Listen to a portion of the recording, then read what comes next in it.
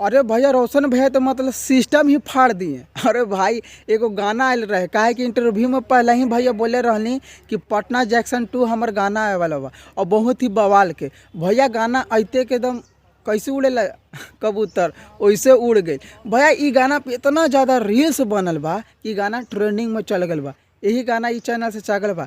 भाई मानल जाए जरूरी मानल जाए कि मघी के किंग बानी भैया।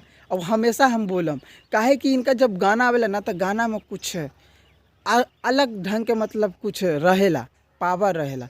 ये गाना हम सुननी 3 बार ना कम से कम 6-7 बार सुननी। अभी हमरा पता चलल कि चैनल से गाना आयल बा और बहुत ही बवाल के बा।